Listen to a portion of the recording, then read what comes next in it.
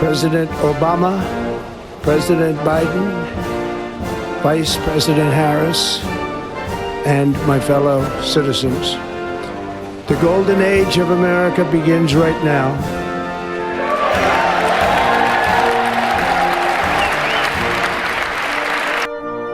Never, ever give up. Just keep going forward.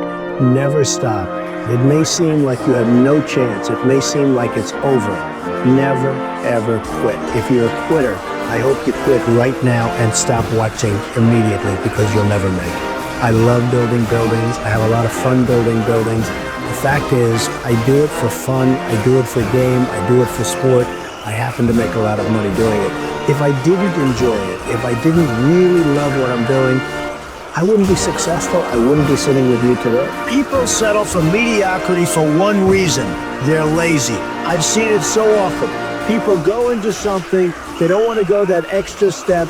They know it's not going to be great. It might be good. It might be okay. It's not going to be great. They settle for mediocrity. They're lazy. The harder you work, the luckier you get. And I can tell you 10 instances where I didn't quit when it was 1990, the world was coming down, the debt markets were there, everybody, all of my friends and enemies were going bankrupt. I never did. And the times were actually just terrible. And even today, you look at times and you see what happens and you have to learn. But the word luck is very interesting. But if I didn't work really hard, I probably would not, almost definitely would not be here today. And unless you had me up as a man who at one point was successful, but let's see what a loser looks like. So you have to work hard, because it is true, you can develop luck through hard work. You're going to have a lot of people, your parents included, they're going to be saying, don't do that, don't do that. And you have to listen to them. They're wise, they've been around, they've seen. And sometimes, and I tell people, sometimes they go into a business where basically you can't be successful. You know, nobody's successful. If you can get away from that, get away from it, if you can. But you have to make sure that you do something that you love. Try to go into something that you love that could be a good business. You know, a lot of people go into businesses that are just not good. One of the most important things, never, ever quit. Never quit. You know, I went to a great school. I went to the Wharton School of Finance, and in that school, I met a lot of people heading industry today and over the past, very smart people. But I've watched some of the people grow. I've watched some of the most incredible, brilliant students, and they didn't make it like other people made it because they didn't have that drive. They didn't have that never give up ability. I don't know if it's an ability or if you have it, just you can't quit. And I've seen people quitting. And if they would have held out longer, they would have been successful. I've seen it so much. I've seen some of the most brilliant people in the world that never made it because they were quitters. They were just quitters. They would quit. They just couldn't take it. They couldn't whatever. One of the things about loving what you do is that it's not work, and therefore you don't quit automatically. It's a lot easier not to quit, but you can never give up. Now, you have to also have flexibility in it. You can't necessarily say, I'm never giving up, and you got to be able to weave and bob. You don't have to go through a concrete wall when you can go over it or around it or under it or something. You have to have flexibility. You have to always be able to change course a little bit, maybe always with that same goal, but don't quit. You have to have an ability to handle pressure, because no matter how successful you are, I have many friends and enemies, a lot of enemies too, I don't care, but they're smart. I have a lot of enemies, and I've watched people and I've seen it. And people that can handle pressure can be entrepreneurs, can be successful. Now, I have some friends that are really smart, but they can't handle pressure. In which case, they should work for somebody, do great, and have a good life. There's nothing wrong with it. Because I almost think that's an instinctive thing, the ability to handle pressure. Now, one of the things I tell people about pressure is, you know what they said, how do you handle pressure? Who's had more pressure than me? Ay. Have I had pressure over the years? And if you can't handle pressure, you have to know that about yourself. You have to know that about yourself. So, handle pressure. If you can't, that's okay. But one of the things I tell people about handling pressure is, remember, because they asked me the question, how do you handle the stress? And I actually thought of it to myself, you have to remember, it doesn't matter. God matters, your family matters. It doesn't matter. And if you say it, I have some people, they say, I've got to be successful. I've got to be, they'll never be successful. It's too crazy. They can't think straight. Does that make sense? So you've got to be able to sort of say to yourself, nothing matters that much other than the real big deals with family, with your faith, etc. Going against the tide is great if it works. Now, it doesn't always work, and you really have to be smart to go against the tide because you're going against a lot of smart people. But when you get it right, you'll end up better. Whether it's Microsoft or Google, I mean, so many people that have really hit big have gone against the tide. But you have to have great confidence in yourself. You have to be the right person. There are very few people that can pull it off, but when you pull it off, it's great. Same thing in real estate. You go against the tide. People are selling, you're buying, the tide changes. You have to love what you do. If you do it for the money alone, it's probably not going to work. I have friends who I tell them, get out of this business, which is a good business, and go into another business, which isn't as good a business, because they like the other business better.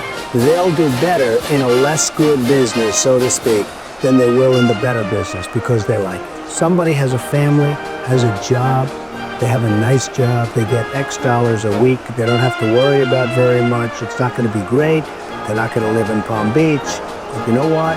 They have a job, and it's income coming in. The hardest thing to do, in my opinion, in business, is to leave that job and become an entrepreneur, because you're risking your wealth, you're risking your family, your health, your family's health. You're really risking a lot. You have to know in your gut whether or not you have it to be an entrepreneur. Can you handle pressure? Can you handle all of the problems that you're going to be confronted with? And there'll be many, many problems. But the toughest job that somebody has, in my opinion, in business, is to know when to get out of something and when to go in something. Because that's a very, very risky proposition. I've always believed in positive thinking. At the same time, I don't want to mislead. I also believe in aspiring, in terms of what you're doing, aspiring to protect against the downside. You can't just be this wonderful guy walking around, everything's positive, because unfortunately, that's not the way the world is. I love to tell people to think about the challenges so that when they do come along, you're ready.